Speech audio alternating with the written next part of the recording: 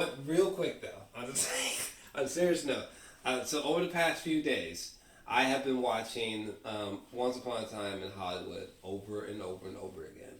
I wanted to quickly revisit the film because I love the film. Because me and this man over here, Mr. Dominic, address yourself. Seen it at Alamo. We went. we went. Wow, we went to Kansas City, right? Missouri, right? Kansas City. Am I wrong? We went at 11 a.m. Drove like 2.5 hours. We drove to Kansas City To go see Once Upon a Time in Hollywood in 35 millimeter for the first time. Let me tell you what one of the best parts is. I had wings, fried pickles. Guys, watch this 3D audio effect. We had a Guinness burger. Oh yeah, I had a Guinness with burger. a Royale with cheese. Think about that. Food was good. I had ranch. Did my fried pickles in. Shit. And then, my hands were a little sticky from the wings, but the movie was so good, it all flowed and marinated together perfectly. The wings?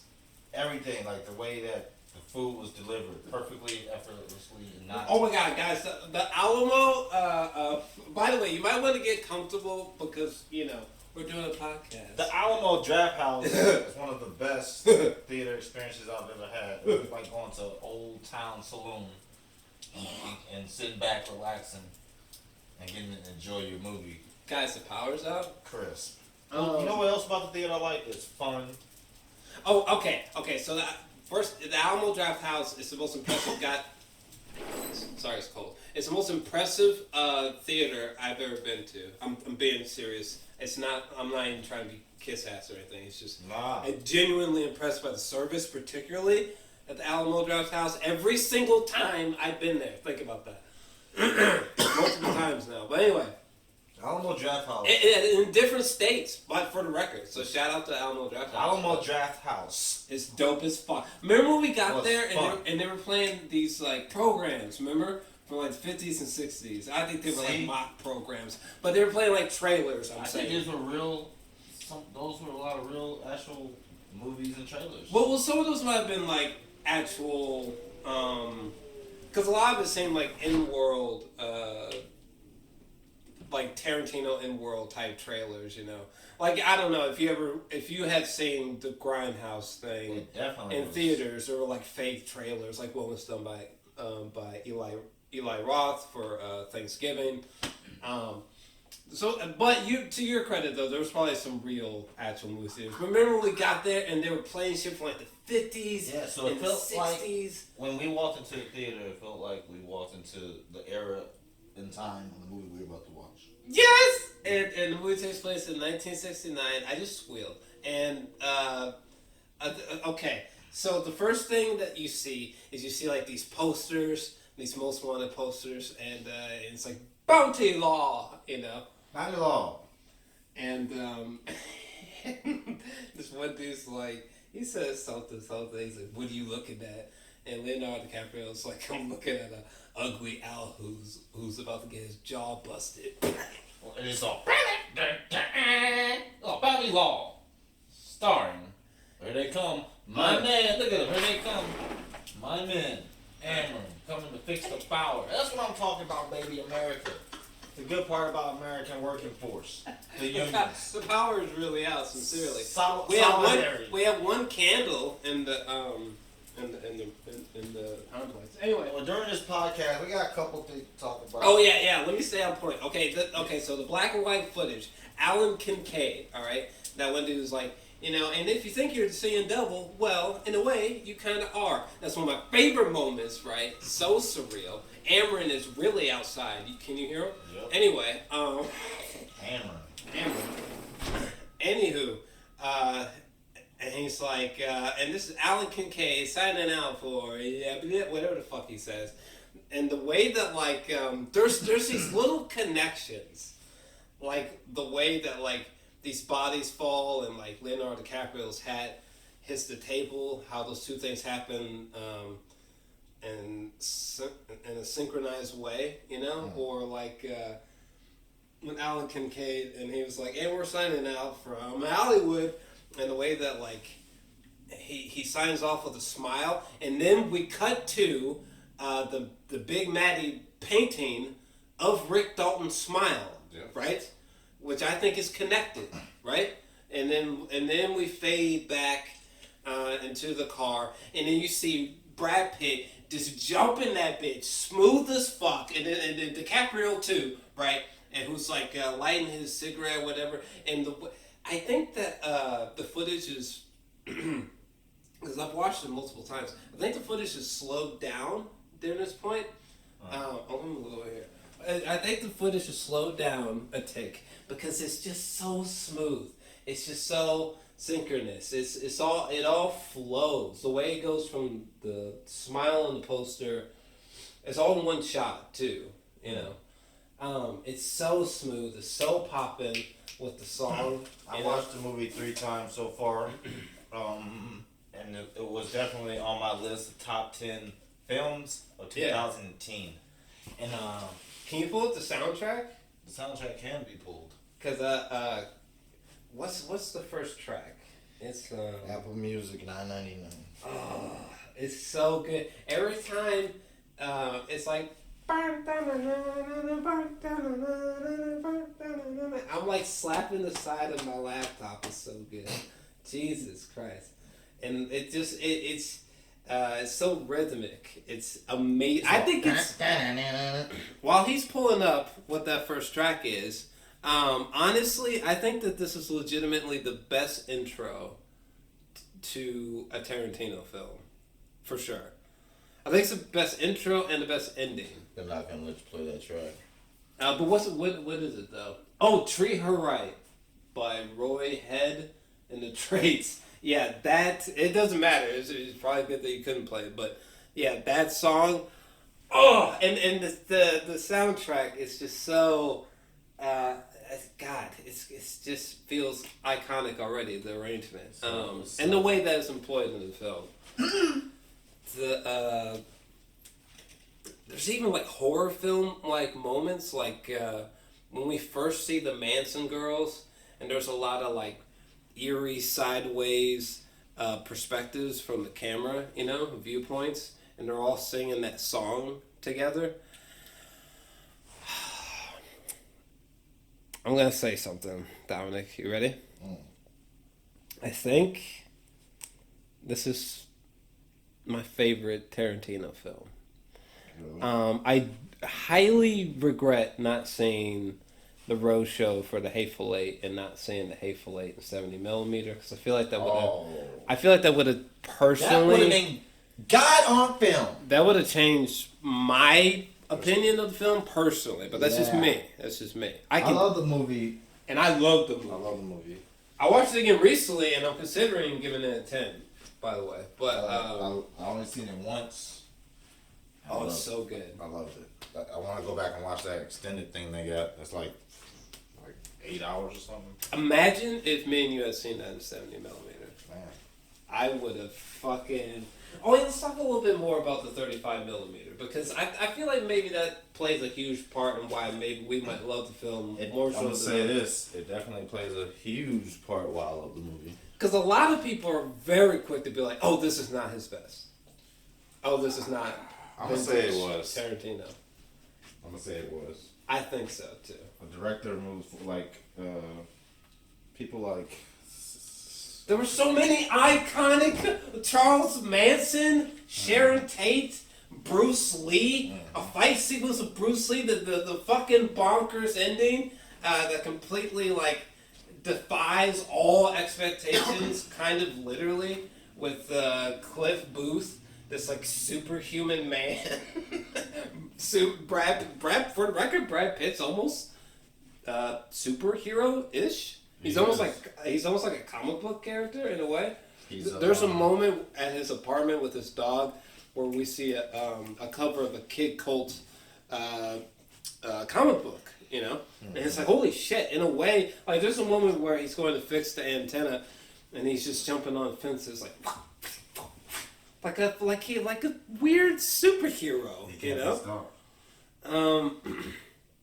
What was that older Batman?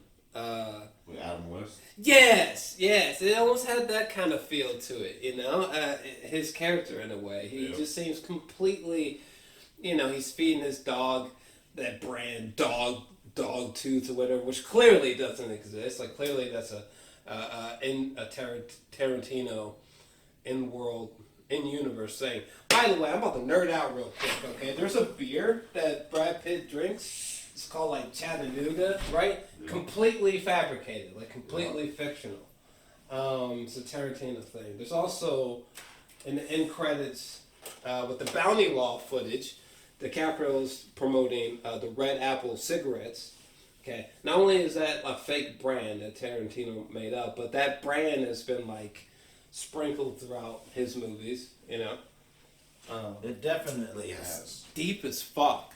And the commercial and the extra footage or whatever, bonus features, the commercials for Chattanooga or smoking a red apple, like with the black chick, with the afro. That's why I was saying before, this is going to lead off into that other thing. But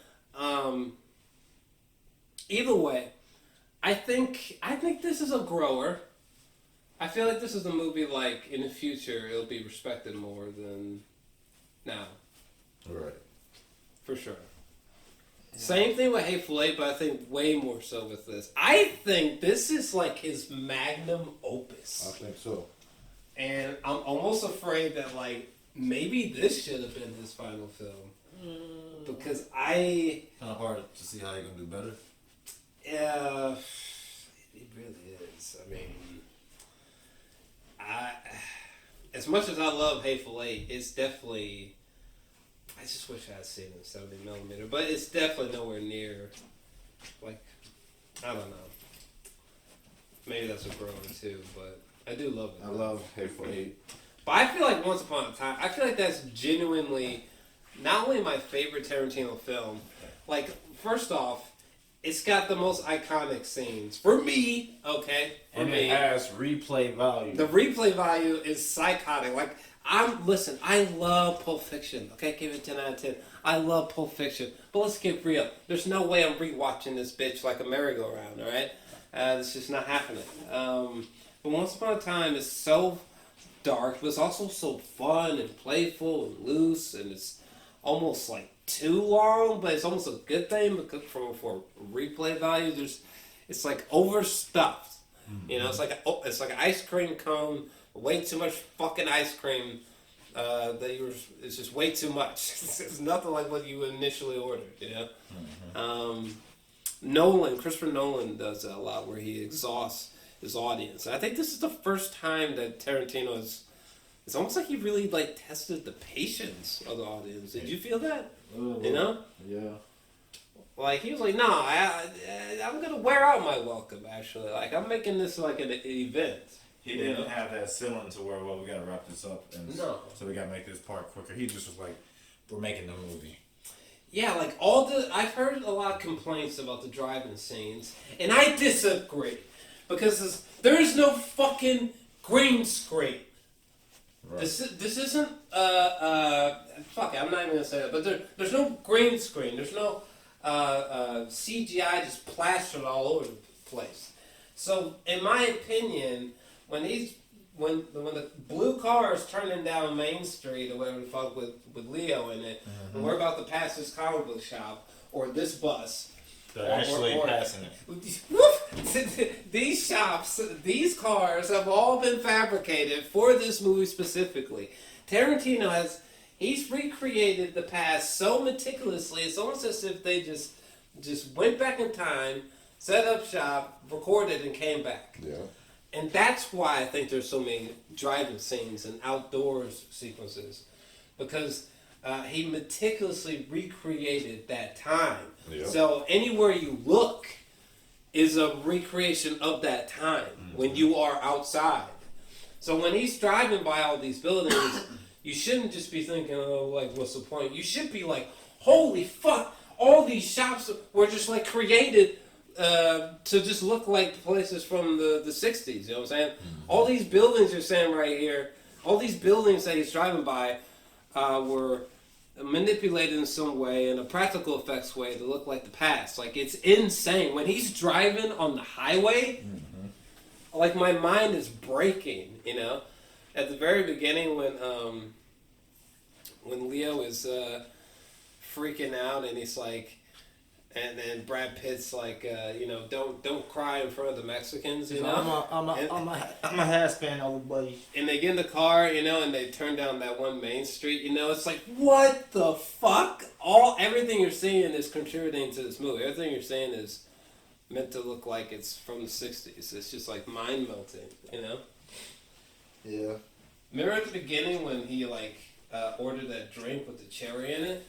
Seeing that on film, it looks like he was about to drink like some kind of Lovecraftian fucking witchcraft brew or something. It looks like it was about to be the most hilariously insane This is called drink. the powdered stack.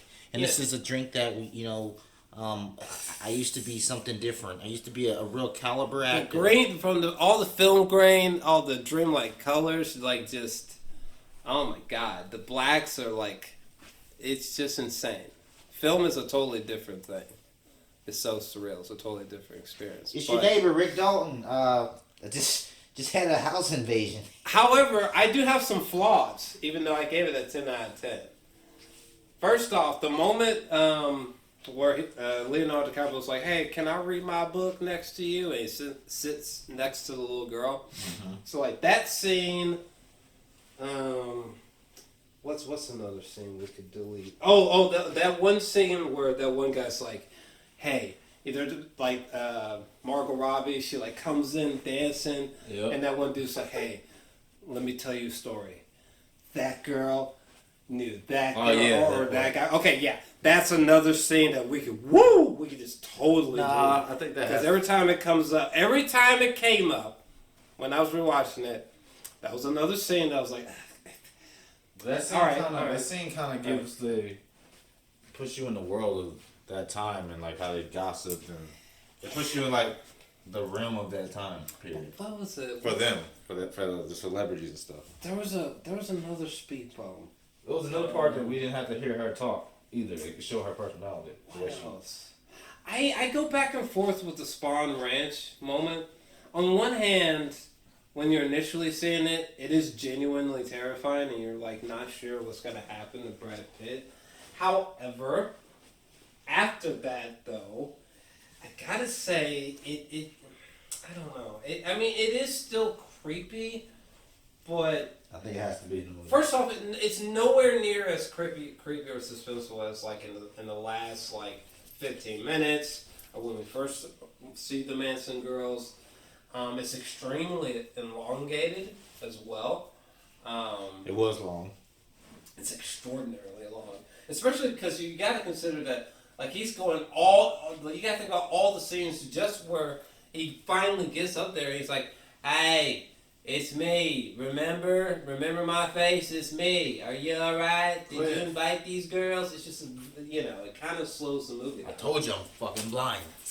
And there's probably one other scene, but those scenes really, I'm trying to think of something. they really slow the movie down. They really slow it down. Again, I think the movie's a 10 out of 10. Okay, nothing's changed. But again, in my opinion, all films are flawed. Period. And yeah, if you put a gun to my head, these scenes could have got clipped. Could have got at least trimmed. Okay? Deleted or trimmed, for sure. Especially and I know the one with the little girl's gonna cause some, because it is a really cute sequence, but at the same time, it's really long. Oh my god! And how many times can you? I don't know. I can live with that same generation. I could too, for sure. But Because again, you got to think. I was rewatching it. I was rewatching the film multiple times, again and again. It's a little bit self-indulgent there, Quentin. But I love. It's me, Quentin, and I know you mean the best. I'm so flattered that you watched my movie over. What would you say 6 times? Is there any other? Quentin Tarantino. I don't know if there's any other scenes outside that I thought had to be deleted. Because I disagree with people that I love the drive-in scenes. Oh, I love that scene where, oh my god, first off, the fact that Brad Pitt and Leo, they're getting out of the car and they're talking bullshit, and like Brad Pitt tosses Leonardo DiCaprio the keys, and he catches it as they're talking, and it's like this whole one-take conversation. So beautiful. But when Brad Pitt's leaving, and he's like, okay, so 7:15 a.m. tomorrow, you know, out the door, ready. Okay. So when Brad Pitt, when he goes into the driveway, gets in the blue car, he's about to spin out, and that one song comes on, and it's like, okay, yeah, that whole moment where he just peels out, it's glorious. Or this moment right here also, when he just peels off down the street, it's just glorious, huh? Cinema. Ice cream melted to shit. Did it? Yep, sadly, you know, sometimes you just gotta, you gotta take a moment of silence for melted ice cream, because. Oh, I forgot we can. But you know, also I think that Quentin should speak with HBO. Find Leo. Highly doubt he's far away. I think the two of you guys should do like 5, maybe 10 episodes of Bounty Law. Like on yes. See, look at his reaction. And then think about Barry. Okay, Quentin. I know you were talking about like 25-minute episodes or something like that. If you can make them 30, you know what? 25. Fuck it. If you want to make each of them 25 minutes, go ahead. A couple of seasons. Because I love Barry. I love Servant. I love these little bags of chips, seasons of television. I know. These little addictions. Quentin, do it. Okay, because Bounty Law is delightful. I love it. Also, Lancer was dope as fuck. So you could even do like 30-minute episodes of Lancer. Or even what was that one story with Leo, like, roasting Nazis with flamethrowers? Let's see episodes of where the fuck that is. Honestly. That's one of his movies. Yeah, let's start seeing Dalton movies or something. But, okay. So, yeah, that kind of concludes the Once Upon a Time Part 2 conversation, you cunts. Once upon a time. It's a 10 out of 10, you stupid bitch. Would you rate it? I'll get a 10 out of 10. Good, we're done. Okay.